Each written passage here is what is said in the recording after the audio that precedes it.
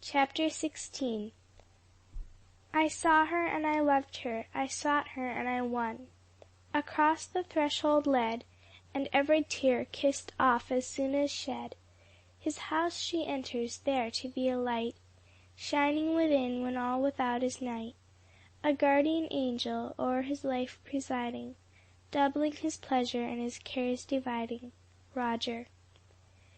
"You declined to drive with me the last time I asked you," Mr. Embury remarked, breaking a momentary silence that had fallen between them. "But will you not be more gracious to-day? My carriage is near at hand, and I have a great desire to take you for an airing, you and the babies." Blushing deeply, Molly said, "Yes, if you wish it, and will bring me back before I am missed."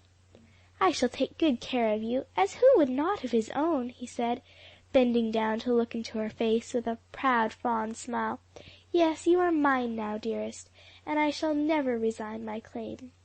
Ah," as he lifted his head again, "here comes your uncle, and I fancy he eyes me with distrust. Mr. Dinsmore," and he stepped forward with outstretched hand. "How do you do, sir? What do you say to receiving me into the family? I trust you will not object, for this dear girl intends to give me the right to call you uncle." Mr. Dinsmore grasped the hand, looking in silent astonishment from one to the other. He read the story of their love in both faces, Molly's downcast and blushing, yet happy, Mr. Embury's overflowing with unfeigned delight. "I assure you, sir," he went on, "I am fully aware that she is a prize any man might be proud to win. Your niece is no ordinary woman. Her gifts and graces are many and great." "She is all that you have said, and even more," her uncle returned, finding his voice. "And yet you are quite sure that this is not a sudden impulse for which you may some day be sorry?" He had stepped to Molly's other side and taken her hand in his in a protecting fatherly way. "It would wreck her happiness," he added in moved tones, "and that is very dear to me." "It cannot be dearer to you, sir, than it is to me," the lover answered, "and rest assured your fears are groundless. It is no sudden impulse on my part, but deliberate action taken after weeks of careful and prayerful consideration. You seem to stand in the place of a father to her. Will you give her to me? Mr. Embury, you are the noblest of men, and must forgive me that I had some suspicion that you were thoughtlessly trifling with the child's affections. I see you have won her heart, and may you be very happy together." Mr. Dinsmore was turning away, but Mr. Embury stopped him. "Let me thank you, sir," he said, again holding out his hand. "We are going for a little drive," he added, "and please let no one be anxious about Miss Percival. I am responsible for her safe return." Molly's chair rolled on with rapid, steady movement to the entrance to the grounds, where Mr. Embury's carriage stood. Then she felt herself carefully, tenderly lifted from one to the other, and comfortably established on a softly cushioned seat. How like a delightful dream it all seemed, the swift, pleasant motion through the pure, sweet, fragrant air, beautiful scenery on every hand, the prattle of infant voices, and the whispers of love in her ear. Should she not awaken presently to its unreality, awake to find herself still the lonely, unloved woman she was in her own esteem but an hour ago, and who, by reason of her sad infirmity, could look forward to nothing else through life? They turned in at an open gateway, and Molly, suddenly rousing herself, said in surprise, "We are entering someone's private grounds, are we not?" "Yes," was the quiet reply, "but there is no objection. The owner and I are on the most intimate terms. I admire the place very much, and want you to see it, so we will drive all around the grounds," and he gave the order to the coachman. Molly looked and admired. "Charming! Almost, if not quite, equal to Viamede." His eyes shone. "Your taste agrees with mine," he said. "Look this way. We have a good view of the house from here. What do you think of it?" "That it is just suited to its surroundings, and must be a delightful residence." "So it is, and I want to show you the inside too. There is no objection," as he read hesitation and disapproval in her face. "The master and mistress are not there, and, in fact, I have charge of the place just now, and am quite at liberty to show it to strangers." The next moment they drew up before the front entrance. Mr. Embury hastily alighted and lifted out the little ones, saying in a low tone something which Molly did not hear as he set them down. They ran in at the open door, and turning to her again, he took her in his strong arms, and bore her into a lordly entrance hall, then on through one spacious, elegantly furnished room after another, parlors, library, dining and drawing rooms, moving slowly that she might have time to gaze and admire, and now and then setting her down for a few moments in an easy chair on a luxurious sofa, usually before a rare painting or some other beautiful work of art, which he thought she would particularly enjoy. The children had disappeared, and they were quite alone. He had reserved a charming boudoir for last. Open doors gave tempting glimpses of a dressing-room and bedrooms beyond.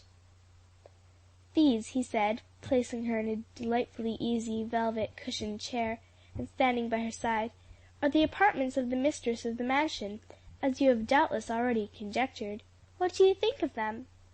"They are very beautiful, very luxurious, and oh, what a lovely view from yonder window!" "And from this, is it not?" he said, stepping aside and turning her chair a little that she might see, through a vista of grand old trees, the lagoon beyond sparkling in the sunlight. "Oh, that is finer still!" she cried. "I should think one might almost be content to live a close prisoner here." "Then I may hope my dear wife will not be unhappy here? Will not regret leaving the beauties of Viamede and the charming society there for this place and the companionship of its owner? Molly, dearest, this is Magnolia Hall. You are its mistress, and these are your own rooms," he said, kneeling by her side to fold her to his heart with tenderest caresses. "It is too much! Oh, you're so good to me!" she sobbed, as her head dropped upon his shoulder. On leaving Mr. Embury and Molly, Mr. Dinsmore hastened to join his wife and daughter, who were sitting together on the lawn. The interview between the lovers having taken place in a part of the grounds not visible from where they sat, they had seen nothing of it. "You look like the bearer of glad tidings, my dear," Rose remarked, glancing inquiringly at her husband as he seated himself at her side. "And so I am, wife," he answered joyously. "Elsie, you may spare yourself any further regrets because of your kindness to Mr. Embury. He is a noble, generous-hearted fellow, and very much in love with our poor dear Molly. They are engaged." "Engaged?" echoed both ladies simultaneously, as much surprised and pleased as he had hoped to see them. "Yes," he said, and went on to repeat what had passed between himself and the newly affianced pair. "Dear Molly," Elsie said with tears trembling in her eyes, "I trust there are many very happy days in store for her. And how pleased Aunt Enna will be! She was so desirous to bring about the match." "Molly herself should have the pleasure of telling her." "Yes, indeed, papa." "There is something else," Mr. Dinsmore said. "At Mr. Embury's suggestion, I wrote to Dick 2 or 3 weeks ago, telling him that there was a good opening for a physician here, and asking if he would not like to come and settle if pleased with the country. His answer came this morning, and he will be with us in a few days." "How glad I am!" was Elsie's exclamation. "Molly's cup of happiness will be full to overflowing." Rose, too, was rejoiced, but she had heard before of the invitation to Dick, and was less surprised at this news than Elsie was. The ladies had their work, Mr. Dinsmore the morning paper, and the three were still sitting there when Mr. Embury's carriage returned. Molly's face was radiant with happiness, Mr. Embury's also, and the faces of the friends who gathered about them in the library, whither he carried her, seemed to reflect the glad light in theirs. Everybody was rejoiced at Molly's good fortune, and pleased to receive Mr. Embury into the family, for they all respected and liked him. Enna's delight, on hearing the news, was unbounded. She half smothered her daughter with kisses, and exclaimed over and over again, "I knew he wanted you, and didn't I tell you there'd be somebody better worth having than Elsie's lover coming after you some day? And I'm as glad as can be that my girl's going to be married the first of all, before Louise's girls, or Elsie's either." "I can't see that that makes the least difference, mother," Molly said, laughing for very gladness. "But oh, what a good and kind man he is, and what a lovely home we are to have. For mother, he says you are to live with us always if you like." "Now that is nice," Enna said, much gratified. "And is it as pretty as Viamede?" It is almost, if not quite, as beautiful as Viamede, though not quite so large. Both house and grounds are, I believe, a little smaller." "How soon are you going to be married?" "I don't know just when, Mother. The day has not been set." "I hope it will be soon, just as soon as we can get you ready." This was in a little private chat in Molly's room after Mr. Embury had gone away. She had asked to have her chair wheeled in there, and to be left alone with her mother while she told the news of her engagement. "I must consult with Uncle and Aunt and Cousin Elsie about that," she said in answer to her mother's last remark. "Will you please open the door now, and ask them to come in? I don't care if the rest come too." "Well, Molly, when, where, and by whom is the knot to be tied?" asked Mr. Dinsmore playfully, as he stood by her side looking down with a kindly smile at her blushing, happy face. "Oh, Uncle, so many questions at once!" "Well, when or time, then?" "When?" "That foolishly impatient man wanted me to say tonight," she answered, laughing, "and when I told him how absurd an idea that was, he insisted that a week was quite long enough for him to go on living alone." "A week!" exclaimed her aunt. "You surely did not consent to that?" "No, Aunt Rose, but I believe I half consented to try to make my preparations in 2 weeks.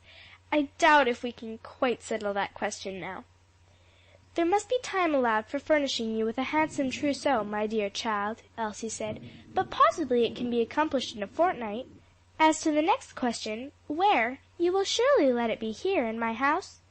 "Gladly, cousin, if pleasing to you," Molly answered with a grateful, loving look, "and Mr. Keith shall officiate, if he will. Of course it must be a very quiet affair. I should prefer that under any circumstances." "You will invite Dick, will you not?" her uncle asked with a twinkle in his eye. "Dick! Oh, the dear fellow! I ought to have him. I wonder if I could persuade him to leave his practice long enough to come. 2 weeks would give him enough time to get here if I write at once." "No need," her uncle replied. "Providence permitting, he will be here in less than half that time." Then the whole story came out in answer to Molly's look of astonished inquiry, and her cup of happiness was indeed full to overflowing. "Where did you drive, Molly?" asked Isa. "But I suppose you hardly know. You could see nothing but your companion." "Ah, Isa, do you judge me of yourself?" queried Molly gleefully. "By the way, though, I had 3 companions. But don't I know where I went?" Then, smiling, laughing, blushing, rosy and happy as they had never seen her before, she described the darling baby girls and the beautiful house. But the sweet words of love that had been as music to her ear were too sacred for any other. She had quite a large and certainly very attentive and interested audience, the whole family having gathered in the room. Enna and the young girls were especially delighted with the tale she had to tell. "It's just like a story, the very nicest kind of a story," cried Vi, clapping her hands in an ecstasy of delight, when Molly came to that part of her narrative where she learned that she herself was to be the mistress of the lordly mansion she had entered as a stranger visitor, with all its wealth of luxury and beauty. The next 2 or 3 weeks were full of pleasant bustle and excitement, preparations for the wedding being pushed forward with all possible dispatch. Mr. Embury pleading his loneliness and that he wanted Molly's relatives and friends to see her fairly settled in her new home before they left Viamede for the north. Mr. and Mrs. Dinsmore, with Enna, Isa, the younger Elsie, and Violet, took a trip to New Orleans, and spent several days in shopping there, laying in great store of rich, costly, and beautiful things for Molly's adornment. Mr. Embury, too, paid a flying visit to the city, which resulted in an elegant set of jewels for his bride, and some new articles of furniture for her apartments. Dick arrived at about the expected time, and was joyfully welcomed. His surprise and delight in view of Molly's prospects were quite sufficient to satisfy her, and so greatly was he pleased with the country that in a few days he announced his purpose to remain.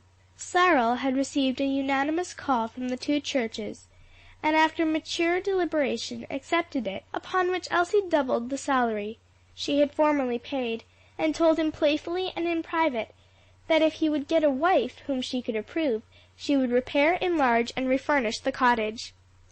"You're extremely kind and generous, cousin," he stammered, coloring deeply, "and I would only be too glad to follow out your suggestion." "Well," she returned in the same playful tone, "what is there to hinder? The only woman I could fancy could love is so beautiful, fascinating, accomplished, so altogether attractive in every way that I fear she could hardly be expected to content herself with a poor minister." "I cannot say how that is," Elsie answered with a smile, "but judging by myself, I should think she would give her hand wherever her heart has gone, and if I were a man I should not despair until I had asked and been refused. And, Cyril, though not rich in this world's goods, I consider you a fit match for the highest, you who are a son of the King."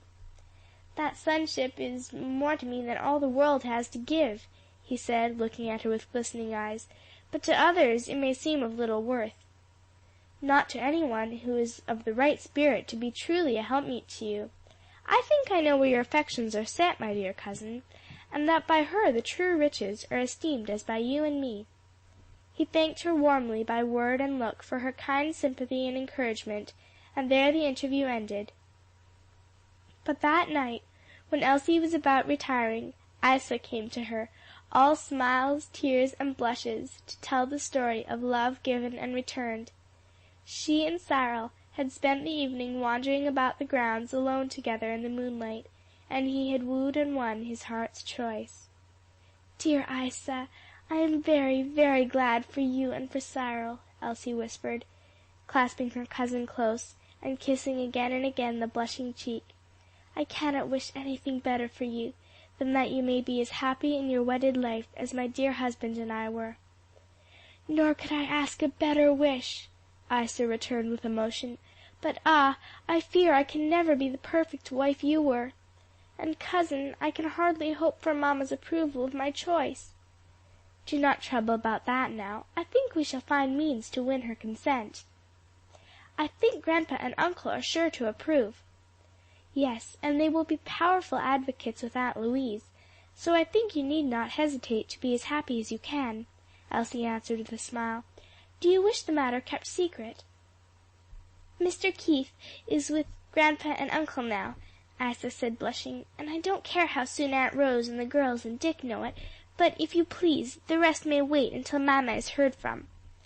Molly was delighted, though not greatly astonished, when Isa told her the next morning. "How nice that we shall be near neighbors!" she exclaimed. "I wish you would just decide to make it a double wedding." "Thank you," laughed Isa. "Do you forget that it is now just 1 week from your appointed day? Or do you think my trousseau could be gotten up in a week, though it takes 3 for yours?" "I really didn't stop to think," Molly acknowledged with a happy laugh. "But, Isa, you are so beautiful that you need no finery to add to your attractions, while my plainness requires a good deal." "Molly," Isa said, standing before her and gazing fixedly and admiringly into the glad, blooming face, "I think you have neglected your mirror of late, or you wouldn't talk so." A great surprise came to Molly on the morning of her wedding day. Her cousin Elsie gave her $10,000, and Mr. Embury settled $50,000 upon her, beside presenting to her, with the jewels he had purchased, a set of diamonds and pearls. Also, she received many handsome presents from uncle, aunt, brother, and cousins, and from Mr. Embury's children. He had sent for his 2 boys, fine manly fellows of 10 and 12, to be present at the marriage, which was to take place in the evening, and had brought them that morning for a short call upon his chosen bride. She and they seemed mutually pleased, and Molly, who had been somewhat apprehensive lest they should dislike the match, felt as if the last stone were removed from her path. She gratified Mr. Embury greatly by a request that the baby girls and all the servants from Magnolia Hall might be present, and that he would let Louis, his eldest son, stand up with them as third groomsman, Dick and Harold Travilla being first and second. Isa, the younger Elsie, and Violet were the bridesmaids, all wearing white for the occasion. It was a very quiet wedding indeed, no one at all present but the members of the 2 families, servants included, these last grouping themselves about the open door into the hall. Molly sat in her chair looking very sweet and pretty in white silk, point lace, and abundance of orange blossoms freshly gathered from the trees on the lawn. The bridesmaids looked very lovely also, groom and groomsmen handsome and happy. Mr. Keith made the ceremony short but solemn and impressive. The usual greetings and congratulations followed, Elsie's to the bride a whispered hope, accompanied with tears and smiles, that every year might find herself and husband nearer and dearer to each other. An elegant banquet succeeded, and shortly after the happy bridegroom bore his new-made wife away to her future home. End of chapter 16.